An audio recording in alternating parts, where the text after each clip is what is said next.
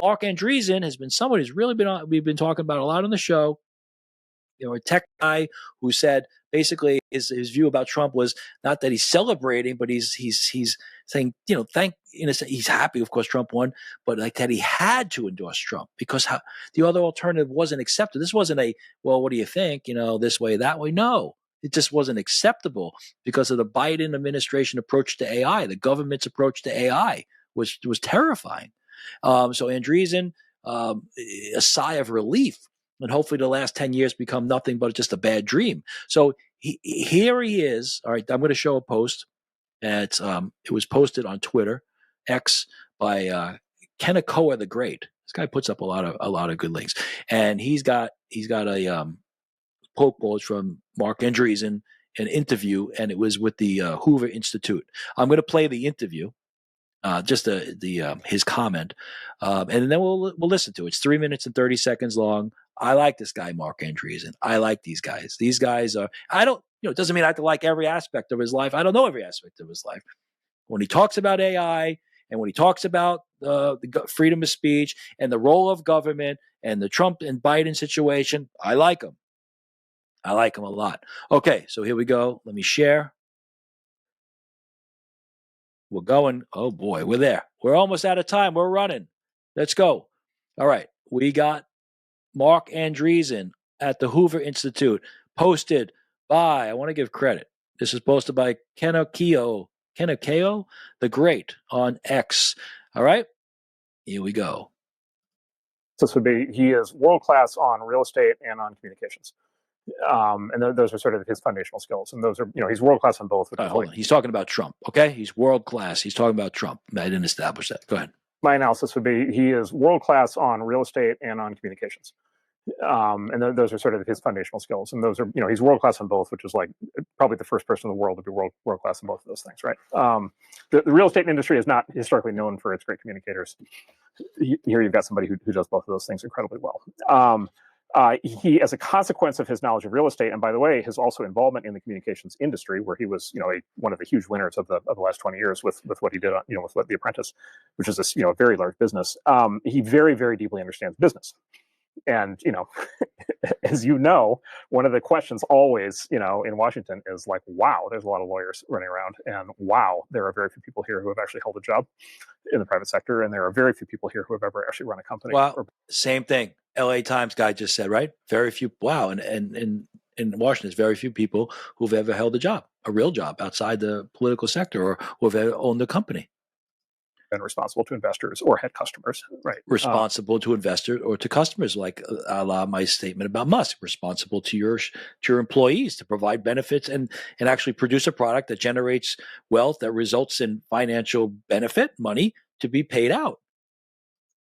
And so he is also one of the most successful business people, of our time. So, I would say those are like three: real estate, communication, right? The Apprentice, communication, real estate, businessman, has owned companies, had investors and employees. Very powerful skills. Okay. And then I think what you learn, especially when you're good, for sure, when you're good at real estate and when you're generally good at business, as he is, I think you learn how to do, what we call systems thinking. Like you have to. I mean, these large real estate. I mean, my father-in-law was sort of a Trump, kind of generational peer in real estate. And John Arriaga. Yes. And like talking to John, like when John put up one of these towers or one of these campuses, or when Trump put up, one of these giant hotels or whatever, like these are large-scale systems projects. Like, there's many dimensions. There's many things that can go wrong. There's a lot of things that have to line up. There's huge management complexity to it. By the way, there is technology change because you've got all these things coming at you and solar and all these new things coming in and all these requirements. And so, and you got to manage these. One of the things these guys, my father-in-law always told me, and Trump clearly was the same way, is you got to manage these things hands-on because they can always go sideways. And any given day, you're sitting there bleeding out money if people aren't doing the right thing. And so they're good. He's very good, I think, world-class at thinking things through systematically. And systems, right? I've spoken about this with a lot of people. If you know any developers, right? A developer.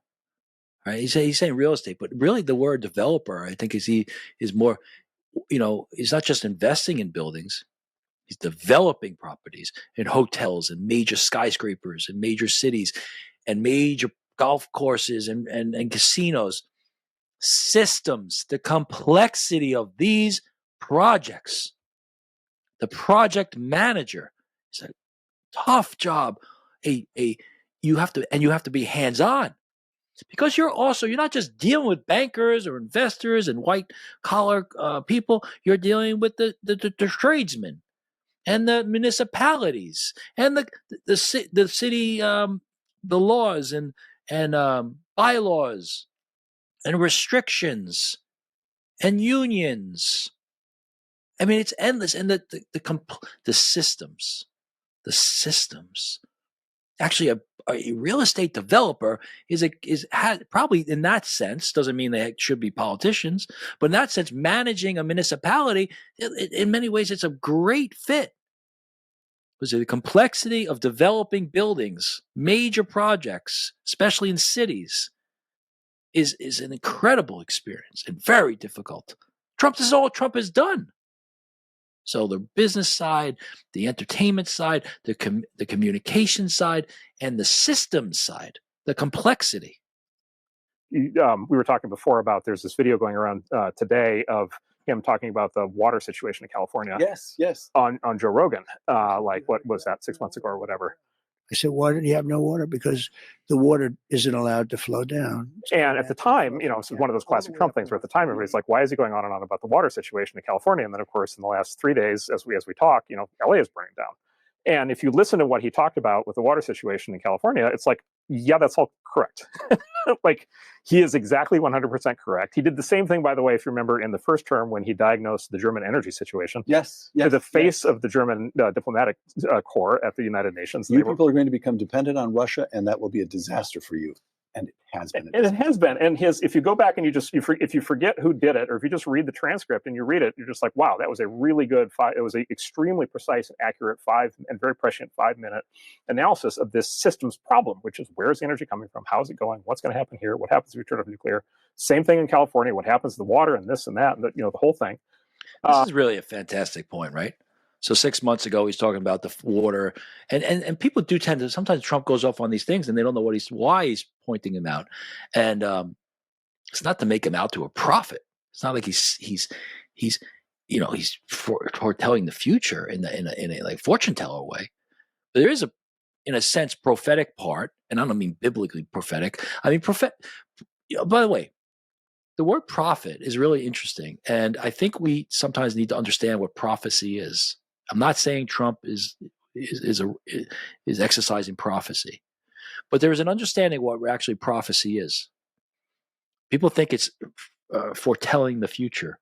It's not. It's seeing things as they are that will result in consequences. And if other people don't see the way things are, they won't see the consequences. Follow me? So if somebody does see the things the way they are now, and therefore says, well, those are going to be the consequences, and then those consequences come to fruition, they're like, oh, you told the future. And that's kind of what Trump, because he's so involved in these kind of systems and these complex projects or infrastructure combinations, that he can look at and say, Germany, this is going to be a big problem coming. Wow, it's almost like he's prophetic. Well, he's not because he could predict the future. He accurately sees the present. He accurately saw the present 6 months ago regarding the water in California. He didn't predict the fires. He accurately saw what would lead to a consequence that was exhibited in the fires. He accurately saw the German and Russian relationship that would result in the circumstances that would result, the consequences that would result if Germany made those decisions. It's called being smart. It's called being aware and making observations and not being an expert. It all comes back. It's about using the experts to give you the information for you to make the decision to say, this is how things are, and these are the consequences. So if we don't want those consequences, we better change how things are. It's really a beautiful example. The Democrats are going to talk about experts and billionaires, okay, and dig deep into the woke stuff. The reality people, the Mark Andreessens, the Elon Musk, the owner of the LA Times, Bezos, are going to say, we understand because we work in these complex situations. Trump is a very good, very smart, and he's focused. He has a crazy degree of focus and work ethic to constantly, and Musk does the same thing. Look, gather all the information from the experts, not hand it over to the. I know I'm repeating myself, but this is important. You don't hand anything over to experts. I'm leaving early today so my wife can receive chemotherapy. We are not handing over her health to them. They are the experts who give us information, and then we align it to everything else, and then we make a decision. You don't just blindly, because that's just one aspect. There are other aspects of life we need as a family, as a unit, as a marriage, and then you make a decision. All right, let's listen to the last minute here. And so he's like really good at wrapping his head around these things. I would say at energy, this is the other thing is he's now obviously been president for 4 years, and so he learns about things to enormous depth. And so like I'm not an energy guy, but my energy conversation with him, he's extremely sophisticated. The energy people I know that he's sophisticated. So he wraps his head around these things, I think, very quickly and easily. And so I don't expect of him that he's going to be coding, large language models in his spare time, but I think he's extremely capable of being able to understand these things, and I think actually does quite well. All right. My analysis would be that last part is really great. Okay.